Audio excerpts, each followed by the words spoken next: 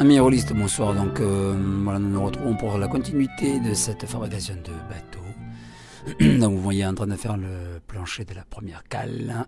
Et donc c'est un ensemble de pièces de carton qui vont en fait tout simplement servir de support à du dépron qui sera ensuite décoré façon plancher. Il aurait été possible de faire une seule pièce globale en réutilisant tous ces petits bouts de carton pour faire un patron général. Mais je préférais le garder en séparé pour pouvoir justement les retirer ultérieurement. Donc dans cette séquence vidéo, nous allons voir que je vais vous présenter la mâture, la construction du premier pont, la construction du château, et la récupération de certains éléments, comme vous le voyez à l'image. Le liège ici présent, qui est, ce sont des déchets de la perforation de bouchons, mais pourrait servir à la réalisation de flocages pour des diormas, par exemple. Là, donc, je fais des trous dans ces bouchons de liège pour y insérer des tourillons de bois de hêtre que l'on trouve dans le commerce. Alors ceci, en fait, c'était de la récupération. Donc ça va servir à faire le mât de phoque et le grand mât. Voilà. Devant vous, vous avez le début du pont supérieur, du pont du bateau, qui se compose d'une pièce de carton, une première, et puis une seconde. Alors pour obtenir quand même quelque chose de très symétrique, je vous suggère de faire ça avec du carton assez léger. Vous voyez qu'il y a une ligne au milieu du pont. Donc vous tracez la moitié du pont, c'est-à-dire que vous allez tracer la courbe, la demi-courbe, puisque l'on voit que c'est une courbe d'un demi-cercle. Vous tracez la demi-courbe avec le centre, en calculant par rapport à la largeur de votre bateau. Vous le pliez en deux, en le marquant avec un ciseau, et après avoir plié en deux, vous allez le découper. Là, vous allez obtenir en fait quelque chose de très symétrique au niveau de la courbe. Vous voyez l'image que j'ai positionné des petites bûchettes de bois. Ces petites bûchettes de bois que j'ai récupérées, du matériel que j'avais, servent de support rigidificateur du pont, mais ça sert aussi à pouvoir fixer dessus les planches de bordure les accastillages du bateau. Voilà, donc c'est en deux parties. Donc il y a la partie extérieure qui se compose de deux planches, de lames de carton et de dépron, et il y aura une partie intérieure, voilà, qui va être positionnée. Et ces parties intérieures donc vont aussi devoir vont générer une épaisseur, et sur cette épaisseur il va falloir mettre le dessus, c'est-à-dire la tronche. Donc pour faire tout cet assemblage, vous l'aurez compris, sur le même principe que les planches de la coque, j'utilise du carton assez souple et du dépron que je viens coller à la colle vinylique blanche. Et ensuite, pour plus de rigidité, de solidité, de rapidité, j'utilise le pistolet à colle pour assembler tout cet ensemble. Je vous suggère d'ailleurs, dans l'utilisation du pistolet à colle, de le faire dans une pièce aérée, voire ou alors, si vous n'avez pas d'autre choix que d'être dans une pièce de votre maison, de faire en sorte de vous trouver une fenêtre à côté et de mettre votre pistolet à colle en extérieur, puisque ce genre d'outil génère pas mal de fumée et que c'est peut-être un peu dérangeant pour votre santé, voire même toxique. Donc comme vous pouvez le voir, donc le pont est composé donc de différentes parties et on arrive bien au bout, là, parce que je vais bientôt fixer la dernière lame qui viendra se mettre devant. Et on va obtenir quelque chose d'à peu près symétrique et de sympathique. Mais ça ne fonctionne pas toujours comme on le souhaite. Il y a des petites corrections à apporter, et les ciseaux sont là pour cela. Donc comme vous pouvez le voir, il n'y a pas énormément de matériel à disposition pour réaliser ce genre de choses. C'est vraiment fait très rapidement avec une petite paire de ciseaux, une haleine, des stylos, un cutter, voilà, des outils qu'on trouve très facilement dans une maison. Voilà, je vous parlais tout à l'heure donc de la tronche. Eh bien, on voit ici très clairement la pose des bandes de masquage de tranches. Je vous laisse regarder ça en détail.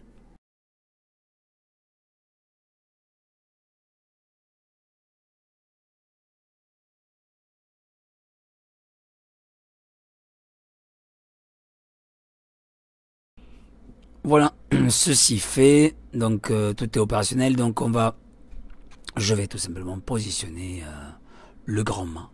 Alors là, c'est pas le grand mât que j'ai posé, hein, c'est le mât de Fock qui vient à l'avant du bateau, et il n'est pas encore fait d'ailleurs.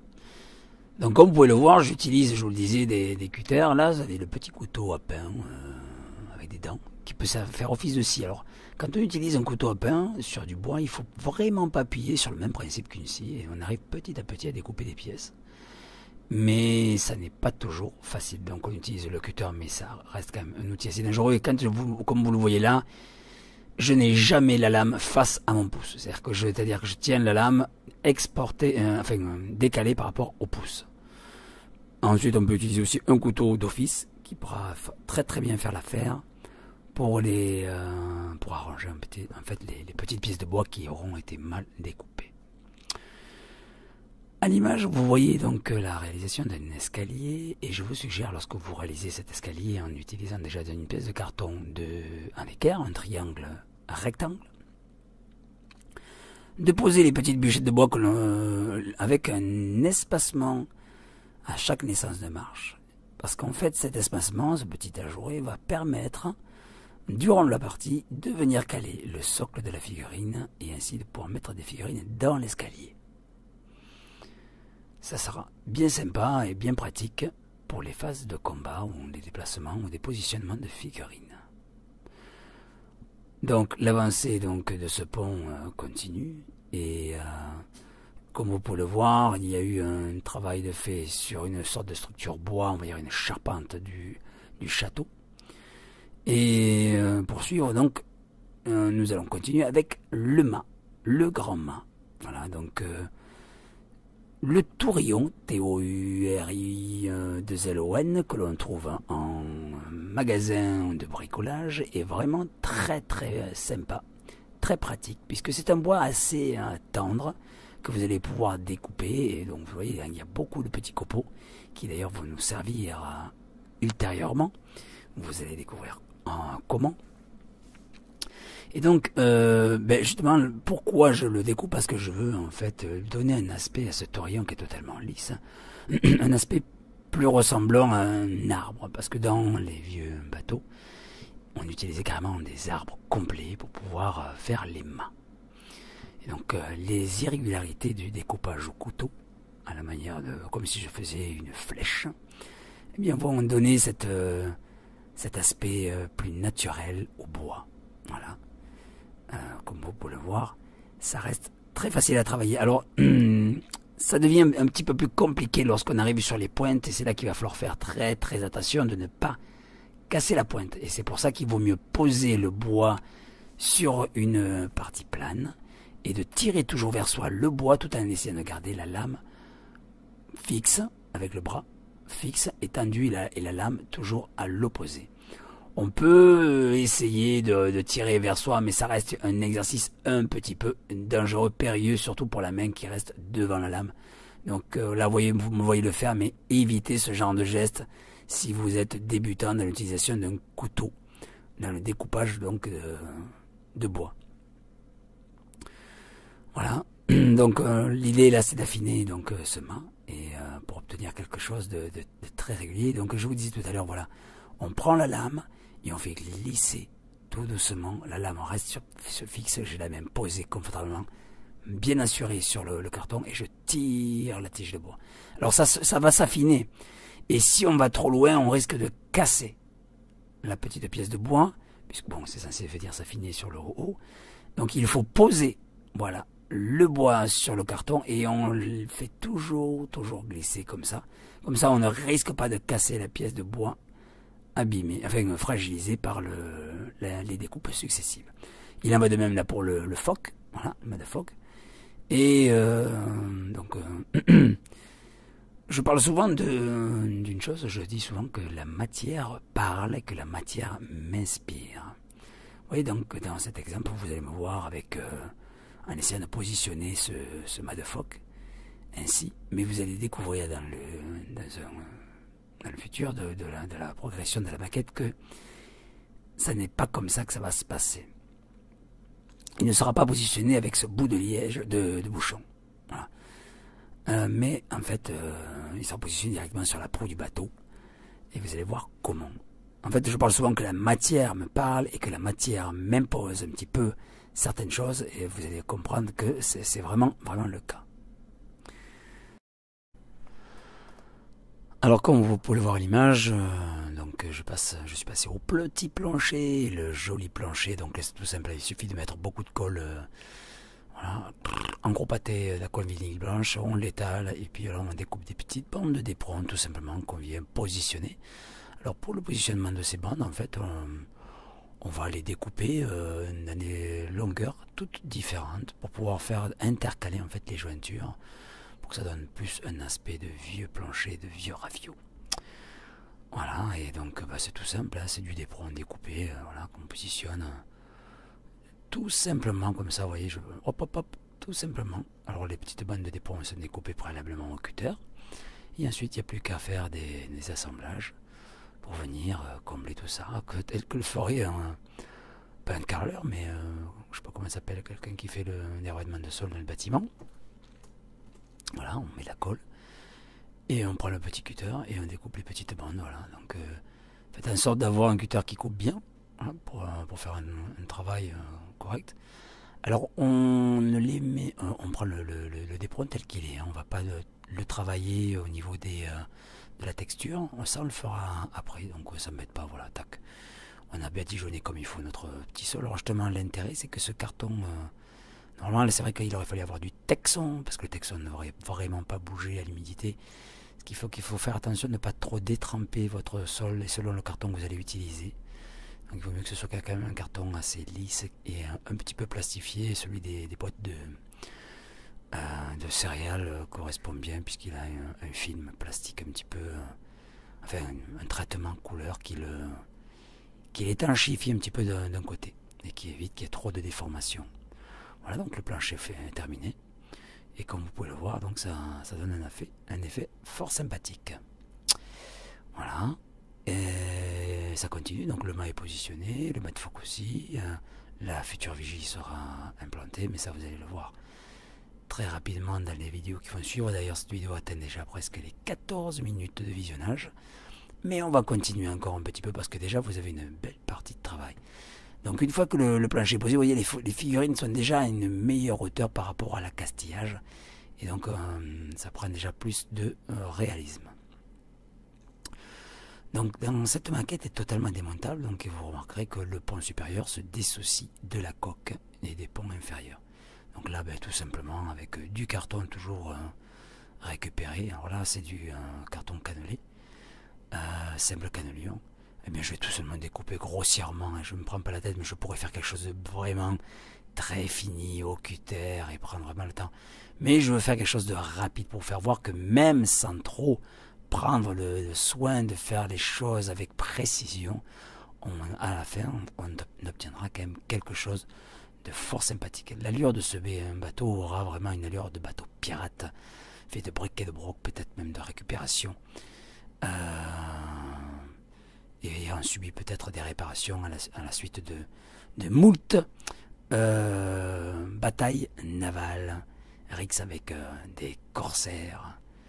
Et voilà, donc tout simplement, toujours pareil, avec ce fameux pistolet à colle, on vient coller du d'éperon qui, ce sont ces bandes, toujours, hein, la bande collée à la vinylique sur du carton très fin, parce que si vous mettez la colle chaude directement sur le d'éperon, à cause de la chaleur, donc le polystyrène extrudé risque de fondre, de se déformer, et vous n'obtiendrez pas quelque chose de correct à mon sens, et surtout vous risquez aussi de vous brûler et d'endommager toute votre structure. Donc voilà, tout simplement, voilà, on amène ces petites lamelles. Alors pourquoi autant de lamelles? Parce qu'en fait, au résultat final, on aura vraiment une finition ultra réaliste. Alors c'est un peu grossier, me direz-vous, les planches sont beaucoup plus grosses par rapport à la tête, enfin, ne serait-ce que si on prend comme référence la tête d'une figurine, et effectivement, c'est pas forcément très à l'échelle.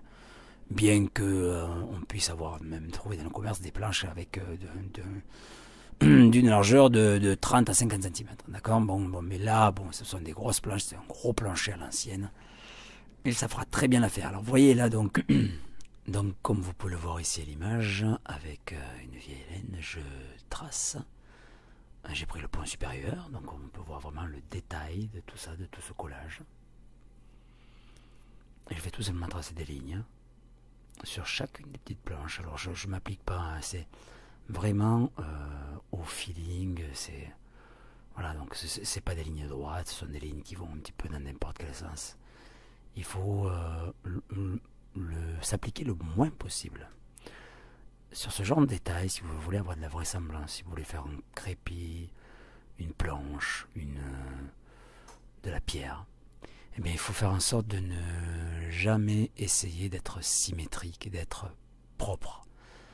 La nature est propre parce que justement elle est imprévisible. Bon, c'est vrai que ça peut paraître un peu bizarre ce que je dis, mais la nature calcule très justement les choses, et le bois, qui a des stries, n'est pas cyclique, quoi. Bien qu'on pourrait dire que quand on voit des cercles d'un arbre, c'est un peu cyclique, effectivement. Mais là, plus vous allez faire n'importe comment, en gros, mieux ce sera, et plus ce sera un effet réaliste. Donc cet effet, vous allez le faire évidemment sur le plancher donc, du pont principal, mais vous allez aussi devoir le faire à l'intérieur du château. Alors le bateau il est loin d'être terminé, là, il me manque encore le pont du château. Il y aura deux ponts, il y aura un pont, il y a un deuxième pont un peu plus haut. Le pont de vigie, il y aura aussi la vigie à faire. Voilà, donc il va y avoir encore deux, trois vidéos encore, parce qu'il y a après l'eau, parce qu'il va falloir fabriquer l'eau, les vagues, le décor des vagues, ouais, 2, 3, voire peut-être même encore 4 autres vidéos, donc vous comprenez pourquoi je m'arrête là à quelques 17 minutes de vidéo, parce que ce serait très très très long de visualiser ça. Et déjà ça vous donne donc une petite vingtaine de minutes un aperçu du rendu final de la fabrication, étape par étape. Voilà. Donc je vous remercie de me suivre et je vous dis à très très vite. Pensez à vous abonner, à cliquer sur la cloche des notifications pour pouvoir justement profiter de ce suivi, de cette construction de navire destiné aux jeux de rôle. Et voilà, et puis pas que jeu de stratégie ou autre, voilà, que ce soit n'importe quel jeu maritime. Allez, à très très bientôt. Merci, au revoir.